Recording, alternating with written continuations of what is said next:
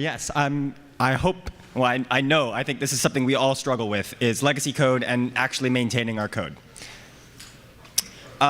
So I'm a software engineer at HPE, but I have the wonderful privilege of spending all my time working on Chapel, an open source project. I do a lot of different things on the Chapel project. I think this is something we can all relate to in open source. We do a lot of things. We wear a lot of hats. And I think most importantly, I don't get to write new features every day. I maintain all of that every day with the help of the other people on the Chapel team. This is something we can all relate to. You know, we spend our time building bug fixes on top of bug fixes on top of bug fixes, and at some point, those bug fixes could come crumbling down around us. This is a very well-explored topic in HPC, outside of HPC. I think it's unsolved. I took about 5 minutes to research papers. I found 4 in the last 2 years after 5 minutes of Googling.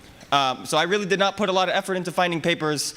I don't think we've solved this problem, and we need to work on it. And no, AI will not fix everything. This problem, I think, only gets worse if we let AI write all of our code. AI is a tool. It's an amazing tool that can help us solve these problems, but it's also a tool that can make this problem so much worse. And you know, in HPC specifically, we have all of the normal software maintenance challenges, testing, CI, but we also have a lot of unique problems to HPC, one of which is we have a lot of really important codes and scientific models that were written, you know, decades ago, but we still need them to be fast, and we still need them to work on modern hardware, and we can't just instantly rewrite them. And that new modern hardware is constantly changing. We've got new HPC systems coming out every year, latest and greatest GPUs. And for us, that's a challenge. For most programmers, all they really care about is they have a computer and it works. For HPC programmers, we worry about all the little intricacies of that CPU, the NUMA effects, the affinity, plus we have all of the GPUs, we deal with the different networks. Also, many of the people in HPC aren't necessarily software engineers. They didn't go to school and learn all of the wonderful software engineering design patterns. Maybe they did, but you know, a lot of these models are not written using amazing software design techniques. And so, by its very nature, in HPC, all we care about is getting science done and performance. And sometimes that means other stuff gets left behind, and then 10 years later, someone has to clean up that trash.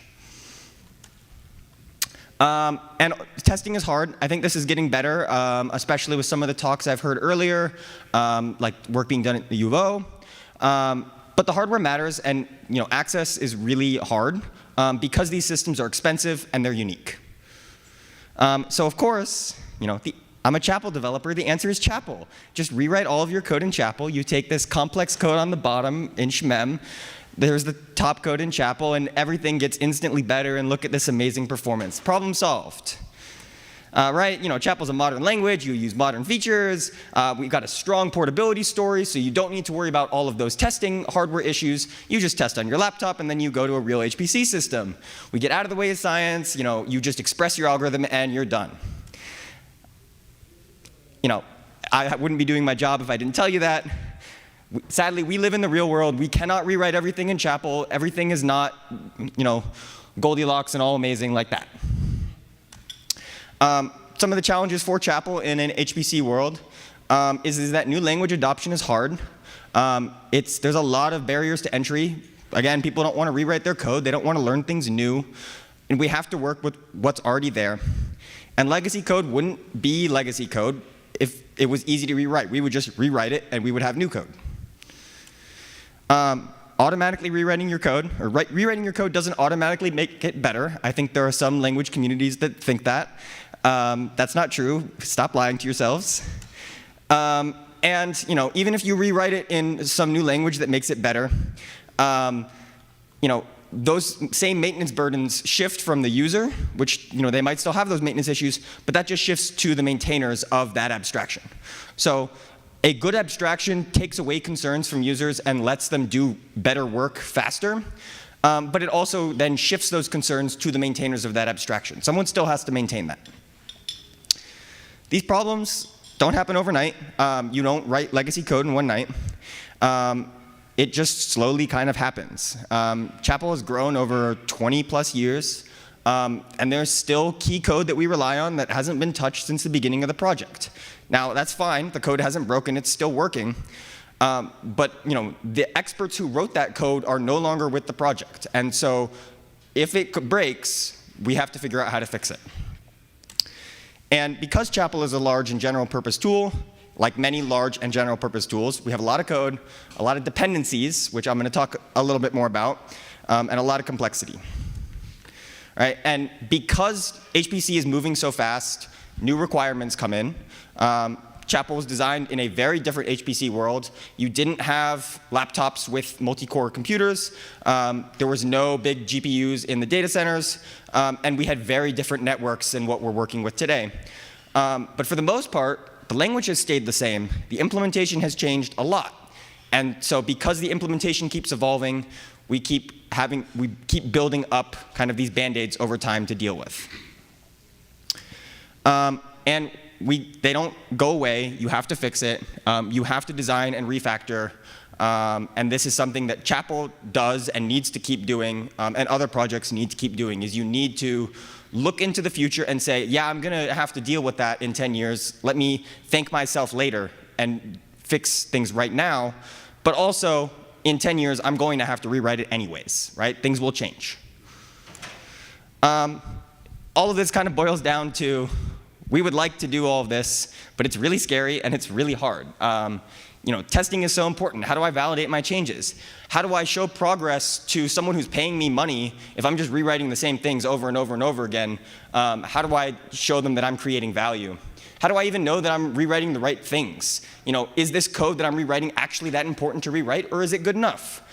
And ultimately, it takes a lot of time to create good code. You can't just rip it out in one evening and be done with it. It takes thought. It takes design.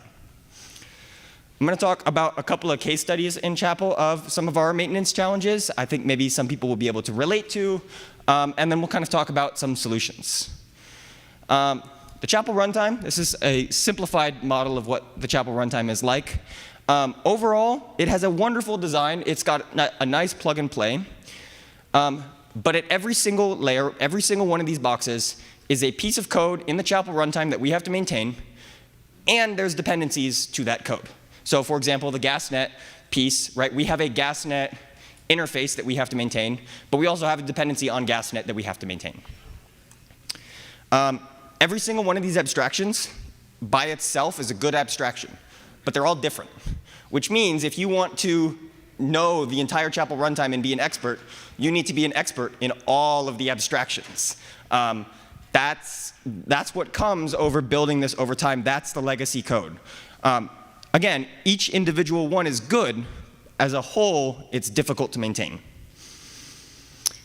Testing everything is just not possible. We would love to be able to test every single combination of this runtime built together. That's just not possible. But because of that, it makes changing things hard because we don't know what we broke. And for some of these things, we really do need special hardware, particularly the networks and the GPUs. Who's ever heard this before? Why does this exist? I don't know. Don't touch it. In some ways, this is a signal that you really should go touch it and refactor it because nobody knows how it works. Fortunately, we don't hear this too often, but when you do, it usually signals it's time for a refactor and it's time for more testing. So Chapel launchers. Chapel abstracts a lot of the system launchers away from users, partly because users don't like having to switch between systems and launchers and memorizing their Slurm incantations or their QSub or PBS or whatever it is people are using. They just want to run their application. If only it were that easy. Every HPC center has its own customizations that they like to add on top of things.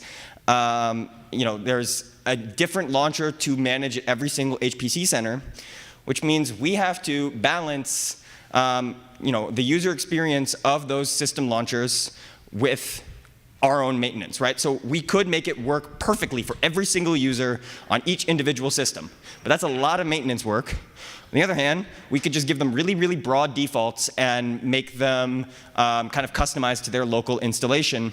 But then we don't have it quite working out of the box the way we would like it to. Currently, we're kind of somewhere in between. I'll talk more about this later. We would love to make this story better, and I'm hoping that's something HPSF can kind of improve for all of us. I mentioned earlier dependencies. This is my own kind of personal hellhole. Dependencies are awesome. They save so much time when you're writing software. You don't have to reinvent the wheel. Someone else made something cool. I can now use it and do cool things with it. I can focus on making new things without having to go back, study literature, build the software. But it's really just another kind of legacy code and maintenance to deal with.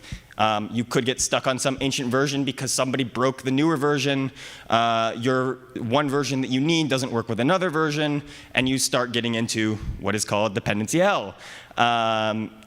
This just sucks. Two of our lovely dependencies. One of them is LLVM. I want to preface this with saying I'm not trying to throw shade. I really do appreciate these projects. These projects are wonderful. We rely on LLVM so much to do optimization, code generation. Our GPU support is made possible by this. But we also support a whole bunch of different versions of LLVM, and LLVM updates every 6 months. And every 6 months, we spend a lot of time fixing things, making sure it works with the new version, doing CI testing, because they like to change things every 6 months. So this is great, and it's a powerful tool, but this is another maintenance burden. Rockham. They seem to have some challenges with semantic versioning. Every single point release, everything changes and it breaks. This creates a really complicated support matrix for us where we have to test every single point version, every single LLVM version, and Chapel. And to make things worse, Rockham prefers their LLVM, their custom LLVM, which is fine, except that each AMD LLVM doesn't match upstream LLVM, which means you don't know what LLVM you're working with. So on that previous slide, I had those pound defines. They don't work anymore when you're trying to use Rockham's LLVM. So we pretty much have to stick with upstream LLVM. But then we don't get the best support, and sometimes things break. Please don't do this. just please don't do this. All right, that's enough of my complaining. What can we actually do to fix things here? I will say that I have a couple of ideas of things that we can do, both just as kind of general things that each project should work on, but also things that projects together can work on. One of the things is consistency. Like I said, you can design for the future, pick an abstraction, and write it, but keep using that abstraction. It doesn't have to be perfect. It just has to be consistent. Because when it's consistent, you already know what you're doing. You don't have this fancy new way of doing things that creates confusion. You just have a consistent way to do things. And better, when you have to eventually go back and refactor things, you already have a consistent framework to sort of just find and replace and drop in the new framework. It doesn't always work perfectly that way, but if you have multiple frameworks you have to combine into one, rather than a one-to-one mapping, it's a lot easier. And I would love to be able to do this on more than just one project. I couldn't find an image of the binaries working group, but HPSF is working on the working groups to work on some of these consistency things across multiple projects. Can we be consistent in how we do benchmarking and how we do performance? Can we be consistent in how we do our CI? I think there are other things that we could do to be consistent as a whole. I was talking earlier about other things we can do to be consistent about interoperability. What can we do together to reduce our burdens? I mentioned, not everyone's a software designer, so let's teach people how to design software. Syntax has never been the hard part of programming. It's about fixing problems. And most HPC tutorials are about the mechanics and about, how do I call out to MPI? How do I use shmem? How do I use OpenMP? but they don't necessarily teach those software engineering patterns. So I'm not calling out the Chapel runtime as the perfect software abstraction, but it is a software abstraction. And I think especially as AI gets better at writing syntax, if we can do less writing of the syntax and more high-level design, that's better. I don't necessarily know that we're there yet, but this is a nice ideal. Being able to have robust testing means that when you actually have to refactor everything, you can do it fearlessly. This is something Chapel does really, really well. We have a large amount of tests that we run every single night. We have performance testing, correctness testing, various sorts of sanitizers. We test different compiler flags, different configurations. We test user applications. This is fantastic. But the only parts of Chapel I am very scared to touch is the parts that aren't covered by these tests. And when it's not covered by tests, you don't know what you're going to break when you go touch it and what you're going to find. And so the very first thing you have to do is you need to write more tests for those configurations. And that's, in a way, how we got all of these tests is someone said, hey, I want to go fix this. We don't have testing, so they added another test config. For this slide, please don't throw rocks at me. But sometimes we do need to make concessions. No matter how perfect you make it, in 10 years, someone is going to rewrite it. So we need to optimize for clarity. And sometimes we have to be OK with losing a little bit of performance to have good design and maintainability. Right? If someone can't maintain it in 5 years, there's no point in it being 5% faster. We have to be OK with doing this. And I really like this quote from Donald Knuth. You've probably seen parts of it before. But any attempt at efficiency has a strong, and these attempts at efficiency actually have a strong negative impact when debugging and maintenance are considered. Right? You try and be better and have better performance, and you have to sacrifice something else. Can we, prioritize the maintenance a little bit more? This one, yay, positive thinking. Let's reframe how we think about having to do all of this maintenance, especially if we spend most of our time doing maintenance. I don't have to work on legacy code. I get to work on legacy code. Who's ever found a really old bug and felt really good about themselves? I feel really good about myself when I find a bug that existed before Chapel was under source control. It's kind of a good feeling. And lastly, let's make it a game to clean up our code.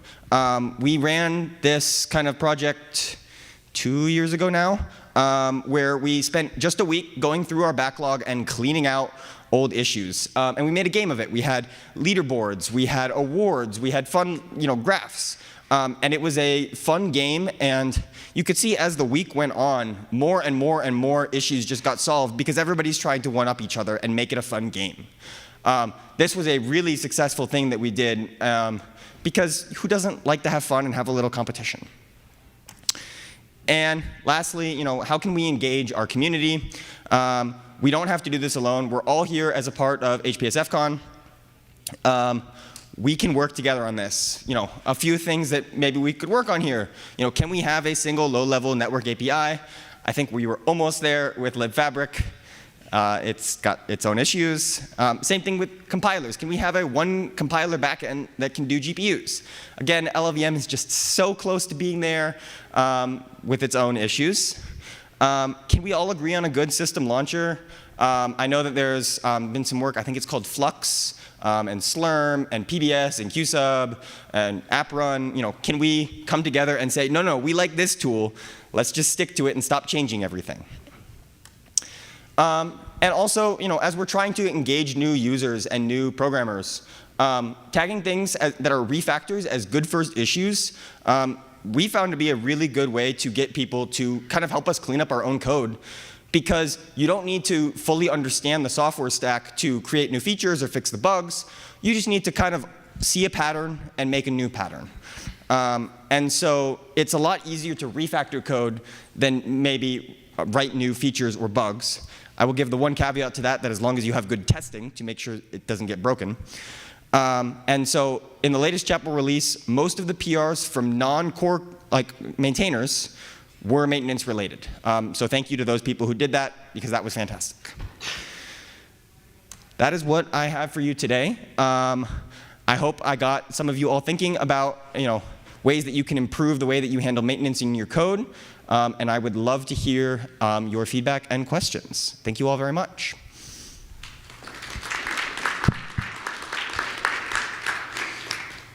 So in the modern world, I'm thinking differently about dependencies. I used to reuse code all the time because it was convenient.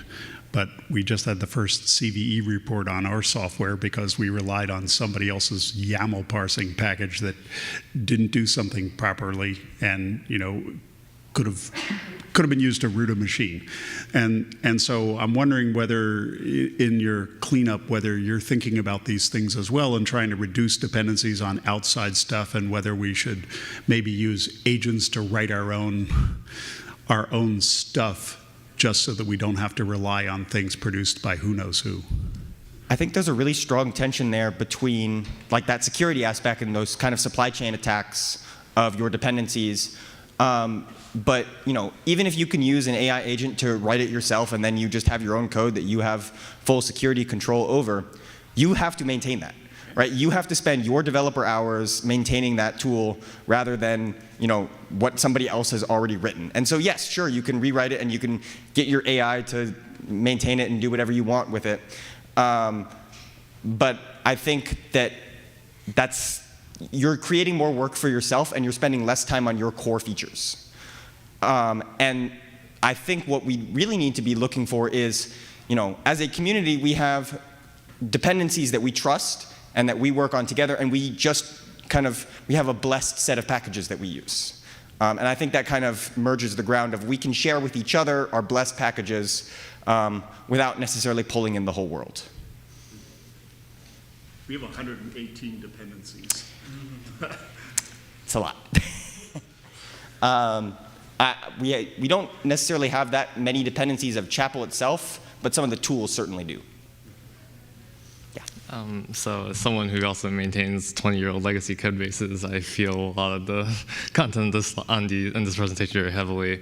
I think one of the common patterns I've seen as I've worked on very large open source projects is that the work that we tend to contribute as individuals tends to be kind of left downstream in a sense, and the work tends to not be upstream. And I find that a lot of times that tends to come from politics, from the upstream maintainers or whatnot, or even from us as employees working at our companies.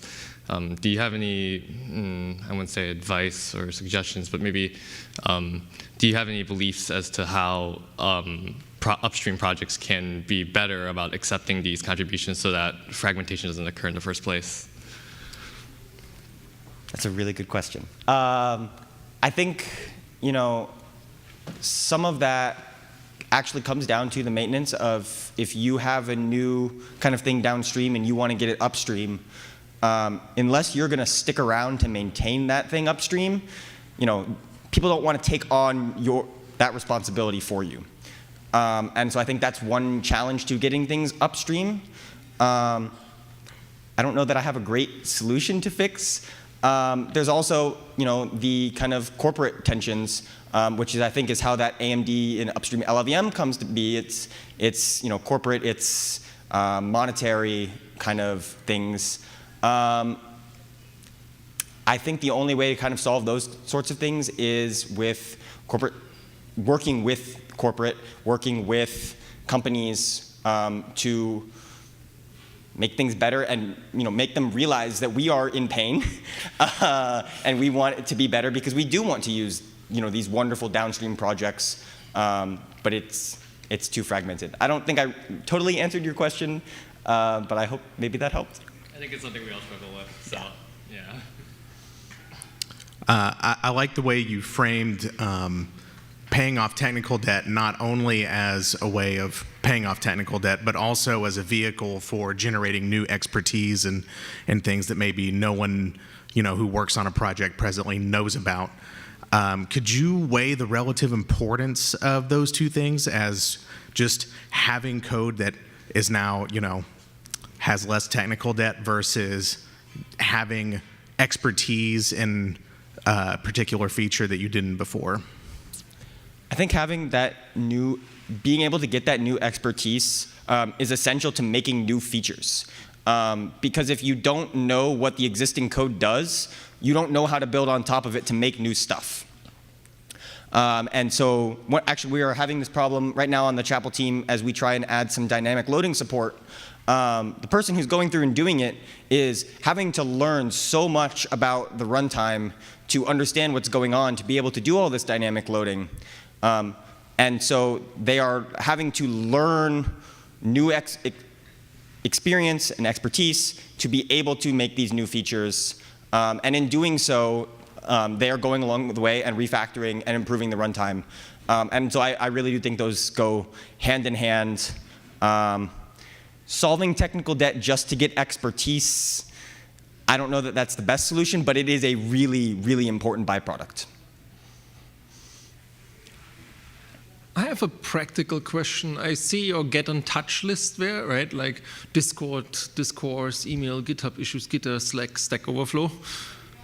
Is that something all of your developers keep track of all the time? Also, I mean, we do Slack and GitHub issues, and that feels already overwhelming. Yes, this list is overwhelming. The kind of core developers of Chapel there's about 7 of us. And we do development, maintenance, and manage all of that. Yes, it's a lot. Yes, that's why I'm giving this talk. There is so much. I think for the most part, a lot of these kind of sort of manage themselves. I'll focus on like the discussion forums. Stack Overflow doesn't really see much happening on it, neither does Gitter, so kind of ignoring those two a little bit. I mean, Discord and Slack are sort of our primary ways of communication, so those kind of go hand in hand together. GitHub is how we do most of our work. GitHub issues, pull requests. And Discourse, we see probably the most like user interaction, people posting stuff on Discourse. I think of all of those, the only one that really gets overwhelming for me at least is Discourse. Because usually those are much longer form. When someone just asks a question in Slack, it's usually a quick answer. When someone asks a question on Discourse, it's a much more involved question. But yes, there's a lot, and it is overwhelming. Okay. All right. We might have time for one more question while our next speaker sets up.